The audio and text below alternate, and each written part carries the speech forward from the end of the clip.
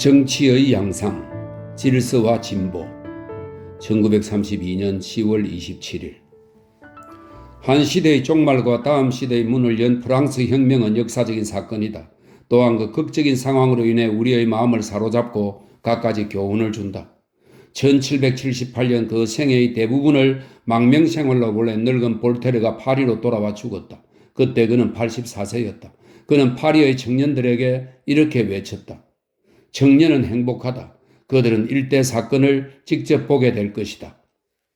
그의 말대로 그들은 일대 사건을 맞이하고 참가했다. 그로부터 11년 후에 혁명이 찾아왔던 것이다. 17세기의 루이 14세는 짐은 국가다고 말했다. 그가 이끌어들인 물길에 의해 대홍수가 일어나 루이 16세와 그 일당을 소탕한 것이다. 향수를 뿌린 가발과 비단 반바지를 입은 귀족 대신 반바지를 입지 않은 과격파가 등장하여 프랑스에는 모두 남녀 시민이 되었다. 자유, 평등, 박애, 이것이 세계에 선전된 신공화국의 표어였다. 공포정치의 커다란 그림자가 혁명의 시대를 뒤엎었다. 특별법정에서 로베스피에르가 타도되기 전까지 16개월 동안 무려 4천여 명이 길로틴에 의해 희생되었다. 죄 없는 많은 사람들까지 희생된 것을 생각하면 가슴이 아프지만 그때의 몇 가지 사실은 마음속에 새겨둘 필요가 있다.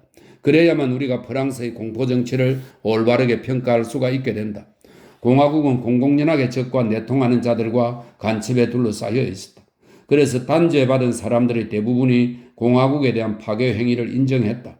공포정치의 목적을 위해서는 죄 없는 사람도 죄를 감수해야 했다. 두려움에 긴장되다 보면 판단력이 흐려져 죄의 유무를 정확히 판단하기가 어렵게 된다.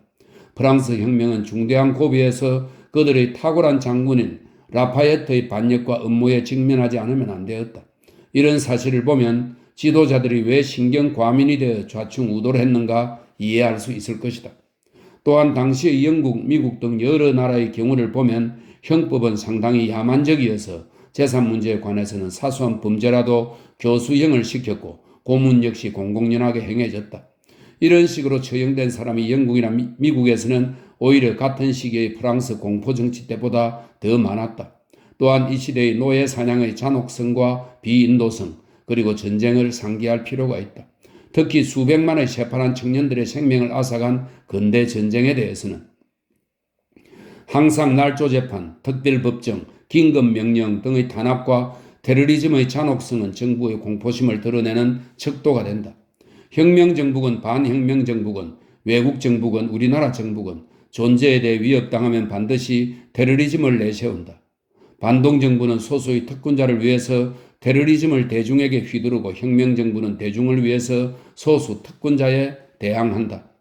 혁명정부의 방법은 솔직하고 직선적이며 때때로 성급하고 잔혹하기도 하지만 거기에는 책략이나 기만이 없다.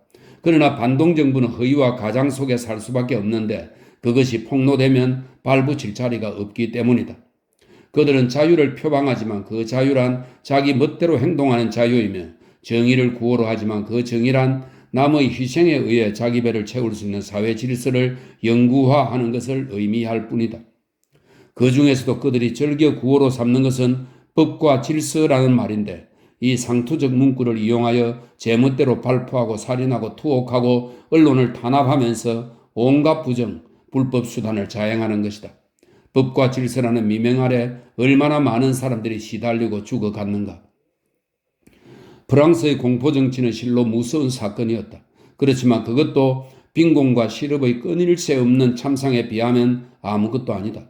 사회혁명의 희생은 그것이 아무리 비싼 대가라 할지라도 결국 이들이 제거하고자 하는 해독이나 현 제도 하에서 때때로 불가피하게 일어나는 전쟁의 희생보다는 가벼운 것이다. 프랑스 혁명의 공포가 우리 가슴 속에 거창하게 자리 잡고 있는 것은 다수의 거룩하신 귀족들이 희생자가 되었고 또 우리는 특권층이 공경에 빠지면 더 애처롭게 생각하는 습관이 있을 정도로 그들을 존중하는 데 익숙해 있기 때문이다. 우리가 다른 이들에게 했던 것과 마찬가지로 그들에게도 호의를 갖고 동정을 하는 것도 좋지만 잊지 말 것은 그들은 소수이며 정말로 귀중한 것은 대중이라는 사실이다. 인류를 구성하는 것은 인민이다. 인민 아닌 자는 일일이 고려할 바 못되며 사소한 존재에 불과하다는 루소의 말같이 소수를 위하여 대중들을 희생시킬 수는 없는 것이다.